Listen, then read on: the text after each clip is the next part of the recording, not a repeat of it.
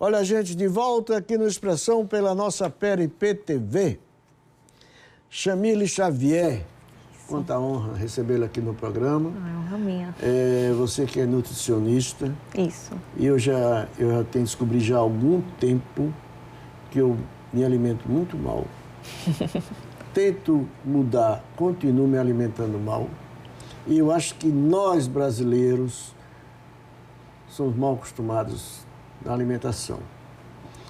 Então, só para ter certeza disso, o brasileiro come mal, Chamille?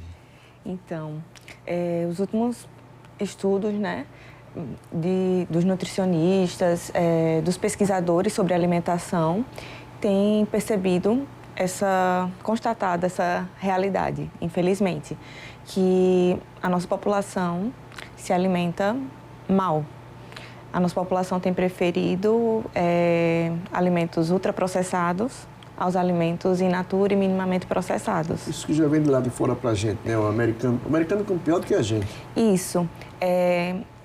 Desde o advento da globalização, no início da final da década de 80, início da década de 90, foi inserido, né? Não só no Brasil, mas em outros países, o padrão alimentar norte-americano foi sendo inserido meio que à força nos países, né? Então, a gente foi deixando de comer as comidas que são nossas, culturalmente. Até culturais, exatamente. Para inserir na nossa cultura a cultura norte-americana, que é dos ultraprocessados, que são os famosos fast foods e as comidas em pacote, né?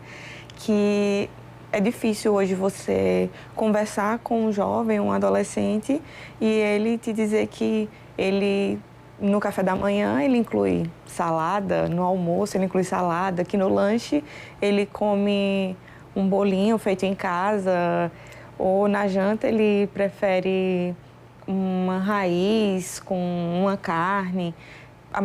Hoje a gente vê também o crescimento, né, dessas empresas de entrega de fast food, justamente também, porque os jovens, eles preferem pedir à noite esses lanches rápidos, né? Hambúrgueres, como é que eu falo? Isso faz muito mal, não, Júlia? Agora, você me disse uma coisa interessante. Eu digo sempre, o mundo está comendo a mesma coisa. Isso. O mundo é uma coisa programada. A gente vai, ao longo dos anos, toda a população mundial comer a mesma coisa, padronizar. Isso faz com que a gente perca a nossa soberania alimentar, nossa cultura alimentar. É uma pauta que eu defendo muito e estudo. Em todos os meus estudos, quando eu estava na graduação na Universidade Federal de Sergipe, era sobre a questão da cultura alimentar, sobre a questão do padrão alimentar, da gente perder essa percepção do que é nosso e o que não é. Vai chegar um momento que a gente não vai reconhecer mais o que é nosso. E a nossa alimentação, falando daqui do ponto de vista do Nordeste, é culturalmente o quê? À noite, as raízes, o cuscuz, a gente tem a comida do sertanejo, né? E as populações mais jovens, que nasceu de 2000 para cá, não tem esse resgate dessa memória alimentar. Então, é isso que eu percebo, que cada vez mais a gente vai perdendo essa noção do que é nosso e do que não é, por conta da padronização da alimentação. E aí o guia alimentar é brilhante nisso. Pois é, isso é que eu quero saber. Aliás, para o negócio do cuscuz, eu quero deixar bem claro que eu não troco meu cuscuz por estrogonofe de ninguém. Eu também. Mas, enfim. E aí, vamos falar um pouco sobre esse guia alimentar, que esse guia alimentar é um projeto do Ministério da Saúde? Como é que funciona? Então, o Guia Alimentar, ele é um documento oficial do Ministério da Saúde. Ele foi elaborado por um corpo técnico de pesquisadores entre 2012 e 2013. Foi publicado em 2014 e eu posso dizer assim, o Guia Alimentar ele é revolucionário, porque ele quebra com aquele paradigma que a gente conhece, que já está no nosso imaginário há um tempo, que é da pirâmide alimentar, que dividia, né, a nossa alimentação por grupos, porções, que enxergava a alimentação só como carboidrato, proteína, lipídio, e ele rompe com essa ideia. O Guia Alimentar para a população brasileira, ele foi elaborado considerando cultura alimentar, considerando costumes, considerando a sociedade do seu tempo, a população do seu tempo e respeitando os hábitos alimentares da sociedade brasileira.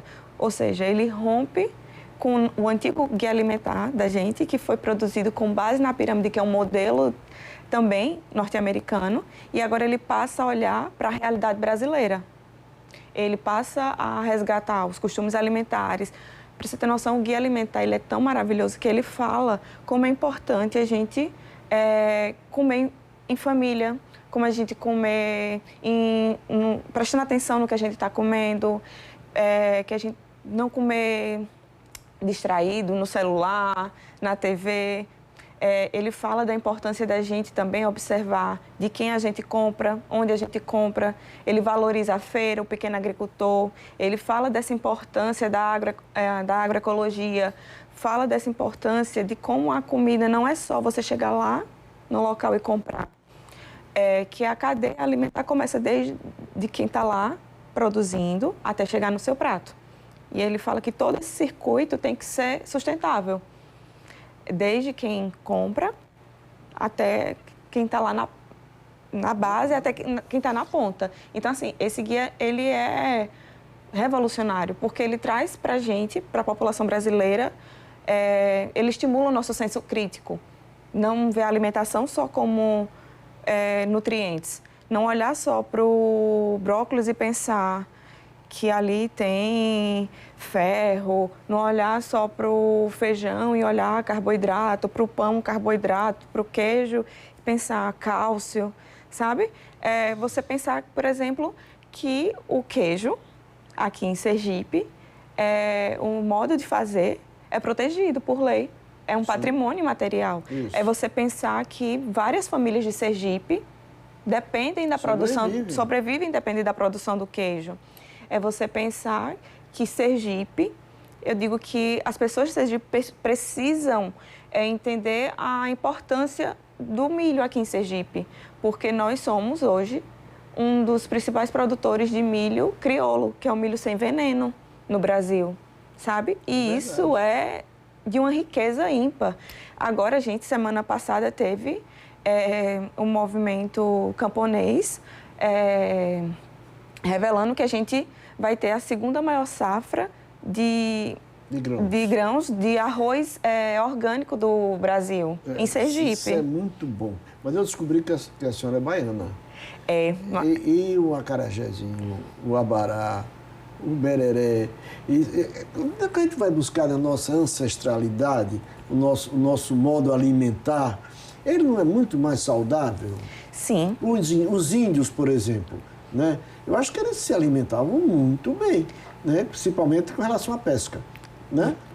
Justamente. Com isso, né? E através o que a floresta dava para ele, né? Eu acho que esse equilíbrio alimentar, eu acho que pode ser a nossa maior lição, talvez. E um desafio atual, né? Desafio para o nosso equilíbrio alimentar. Pascoal, você tocou num ponto assim que me é muito caro e que o guia traz. Essa questão da ancestralidade na comida. Sim. O nosso guia também traz isso. Ele traz da gente perpetuar e resgatar esses hábitos alimentares como forma de passar para as próximas gerações como são os nossos costumes alimentares. Isso é uma forma de combate a essa padronização da alimentação que vem pela globalização. Porque essa padronização, ela traz comidas que têm alto teor de sódio, alto teor de açúcar, de gordura, porque está embutido ali. Essas comidas, para que elas fiquem mais palatáveis, atraentes, coloridas, elas têm aromatizantes, elas têm emulsificantes, elas têm alto teor de sódio, que você vai lá ler na composição, você não vai ler sal, mas tem outros nomes que você não percebe, você não reconhece esses nomes como comida, mas que esses nomes são justamente elementos químicos que trazem mais sabor à comida. E como você disse, os índios não precisavam colocar elementos químicos para tornar suas comidas mais atrativas. E eles eram fortes, bonitos e saudáveis. E a base da alimentação era o quê? Vegetais, grãos. A floresta. né? A floresta, né? Isso. E os rios. E os rios. E os mares, isso é muito bom. Me fala um pouco desse curso que vocês estão patrocinando, não é um curso? Isso, eu estou organizando um curso, porque na minha última pesquisa, antes de concluir o curso de nutrição na Universidade Federal de Sergipe, eu entrevistei 802 pessoas e menos de 15% afirmou conhecer o guia, o que é um dado preocupante, porque o guia, sobretudo, ele foi elaborado com a linguagem para que ele fosse entendido pela população. Você falou que é apaixonada pelo guia, é isso? Então, se você entrar lá no site do governo federal, for na biblioteca do Ministério da Saúde e baixar o guia, não tem palavra difícil nenhuma. O guia é para a gente, enquanto população. Então, como é que as pessoas não conhecem o guia, sabe? Um documento oficial do Ministério da Saúde e que o objetivo é fazer com que as pessoas façam escolhas alimentares mais saudáveis. Você acha que a difusão desse guia nas escolas seria importante? Então, eu acho que isso não acontece. Não acontece. E meu curso, sobretudo, a segunda parte é isso. Eu quero ver uma forma de me inserir nas escolas, conversar com os jovens sobre a importância do guia. Mas no curso, que eu vou começar, né, esse projeto agora, de forma embrionária ainda, vai ser oferecido numa plataforma online durante 2 meses. E eu vou bater um papo de uma forma também com a linguagem acessível, para todo mundo que quiser se inscrever. Na plataforma, posso falar que é o Instagram? Pode falar, por favor. É no Instagram. Eu, aliás, vou pedir, a Bia, nossa produtora, está lá em cima, você fala mais pausadamente, que ela vai botar nos nossos letters ali embaixo. Então, para saber mais informações do curso, vocês vão no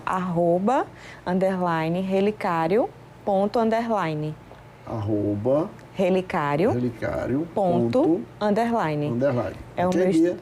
É o meu Instagram de trabalho e lá tem todas as informações sobre o curso, mas resumindo, esse curso é com uma linguagem bem acessível para a gente discutir, conversar sobre o guia. Só que aí também o guia, ele traz a importância do cozinhar, que também está se perdendo essa questão das habilidades culinárias. Então, depois de falar um pouquinho sobre o guia, o curso vai trazer essa questão dos hábitos e da habilidade culinária. Então, vai ter 15 receitas com base nas orientações do guia, para a gente inserir essas receitas no dia a dia. São receitas... Vou fazer o curso, viu? Ah, vai ser um prazer. São receitas simples, que dá para inserir no dia a dia, e são receitas que eu digo assim, que são base. A partir delas, a imaginação, a intenção é que estimule a imaginação para inserir outros ingredientes, ótimo, certo? Então, no final também do curso, todo mundo vai receber um e-book com as explicações sobre o guia, com as receitas, e vão ser assim 2 meses bem gostosos, porque vai ser conteúdo... Literalmente. Literalmente. E os vídeos são curtinhos, mas eu vou estar lá sempre nesse Instagram fechado para tirar as dúvidas. Por isso que as vagas são reduzidas, para que eu possa dar uma maior atenção às pessoas que estão lá inscritas, né, no curso. E vai ser um prazer ter você lá. Eu estarei lá, com certeza. Bom, eu precisava de um programa inteiro com você aqui para a gente discutir muita coisa com relação à nutrição, a essa alimentação. Porque uma coisa que me vem na cabeça agora é que a gente também desperdiça muita comida. Muita comida vai... eu acho que a gente trata muito mal toda essa cadeia alimentar, essa coisa, não sei se a palavra certa é essa, mas todo esse processo alimentar. Eu acho que não é só no Brasil, não. Acho que o mundo inteiro está passando por essa transformação muito violenta com relação... E a gente acaba se violentando, não é não? Isso. Mas lá no guia ele também traz um capítulo sobre a questão do desperdício dos alimentos. Tá vendo? E ele traz orientações de como a gente evitar esse desperdício. Então, assim, é muito interessante como a gente vai começar a expandir nosso horizonte e vai estimular nossa criticidade em torno dos alimentos. Como aproveitar integralmente os alimentos, como evitar o desperdício, como armazenar. E lá nessa biblioteca do Ministério da Saúde, aproveito o espaço para dizer, não está só o guia. A gente tem 2 materiais incríveis lá nessa biblioteca também, que é o Guia Alimentar para a Introdução Alimentar das Crianças até 2 anos, que é fantástico. Que esse Guia Alimentar, sobretudo, ele chama atenção para a importância do papel do homem nessa introdução alimentar, auxiliando a mãe, que isso não é só o dever da mãe, né? E ele traz um documento recente, que, se não me engano agora, falha a memória, foi publicado em 2018, e também me revolta que não foi propagado, que é um guia alimentar para os cardiopatas brasileiros. Importantíssimo, né?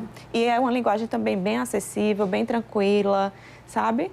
Então, assim, são materiais que deveriam estar, assim, sendo ventilados. A gente percebe que quando você fala em nutrição, os olhos brilham. É a grande paixão, né? É a grande paixão. Obrigado por ter vindo. Obrigada. Muito feliz com o seu trabalho. Enfim, eu gostaria de ter um programa inteirinho para a gente conversar. Mas agora eu quero que você repita para a inscrição do curso, é no @... _relicário. _. Isso. E o guia alimentar, você entra no site do Ministério da Saúde. Isso. E está lá. Só mais uma coisinha do curso. As inscrições vão até o dia 18 de outubro, porque a gente começa o curso dia 18. Maravilha. Obrigado por ter vindo, uma honra recebê-la aqui no programa. Agradeço demais o espaço. Que bom. A gente volta já já. Cultura é o que a gente faz.